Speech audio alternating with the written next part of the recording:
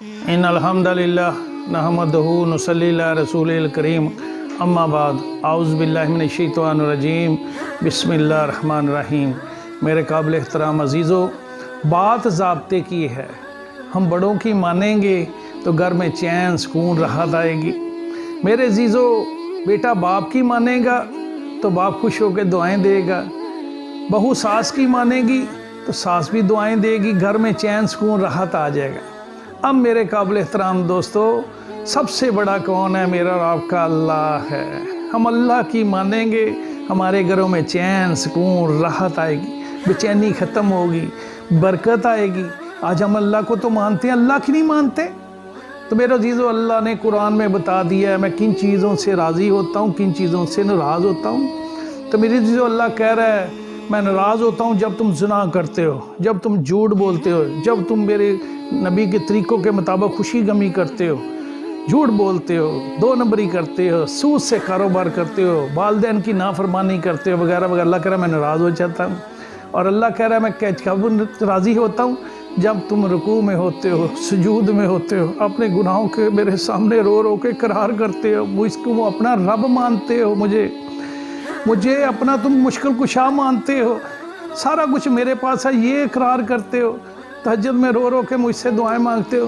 तो मेरे अज़ीज़, अल्लाह कह रहा है मैं बड़ा ही खुश होता हूँ। तो अल्लाह ने कुरान में बता दिया मैं किन चीज़ों से पर नाराज़ होता हूँ, किन चीज़ों से राज़ी हो जाता हूँ। मेरे काबिल एहतराम दोस्तों, एक बादशाह था, उसकी एक ही इकलौती बेटी थी, बड़ी अक्लमंद थी। बादशाह हर वक्त परेशान रहता था, मैंने चले जाना इस दुनिया से, मेरी बेटी कैसे अकेली हुकूमत संभालेगी, तो औरतज़ात कैसे हुकूमत करेगी। कई उसके रिश्ते आए, रिश्तों में मामले परेशान रहते, लेकिन सारे लालची थे, सारे बादशाह ने रिजेक्ट कर दिया। फिर बादशाह मर गया। अब बादशाह मरने के बाद चंद दिनों के बाद सारे लोग मशीर इकट्ठे हुए, बेटी के पास है, बेटी गवर्नमेंट का निज़ाम चलाना है, आप ऐसा करें किसी अच्छे इंसान से शादी कर लें ताकि गवर्नमेंट का निज़ाम तो चले। तो ये लड़की बड़ी अक्लमंद थी, इसने पूरे अपने मुल्क में ऐलान कर दिया कि फ़लाँ तारीख को फ़लाँ दिन इतने बजे फ़लाँ इलाके के ग्राउंड में मैदान में आ जाए, जो मेरे गले में हाथ डाल देगा मैं उससे शादी कर लूँगी।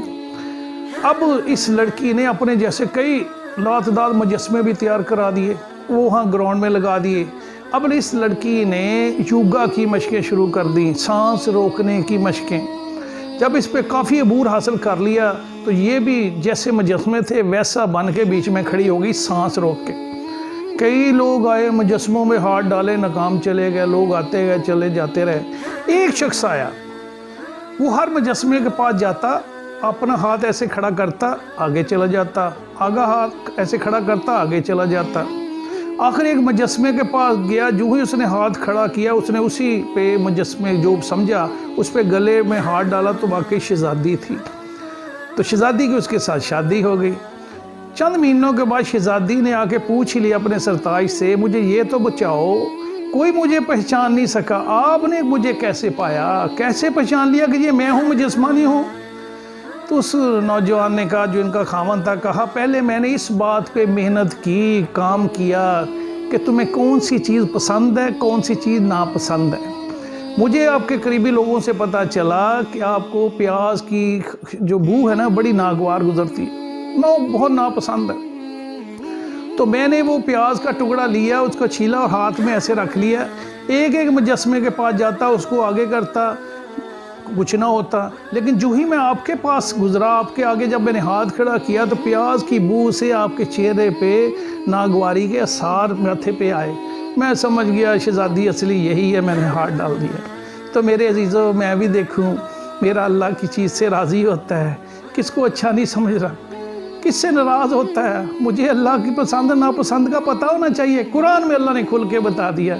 तो मेरे अजीज़ों, अभी वक्त है, अल्लाह के हुक्म पे आ जाओ, उसके हबीब मोहम्मद सल्लल्लाहु अलैहि वसल्लम के तरीके पे आ जाओ, कामयाबी इधर ही है, जितना मर्जी भाग लो।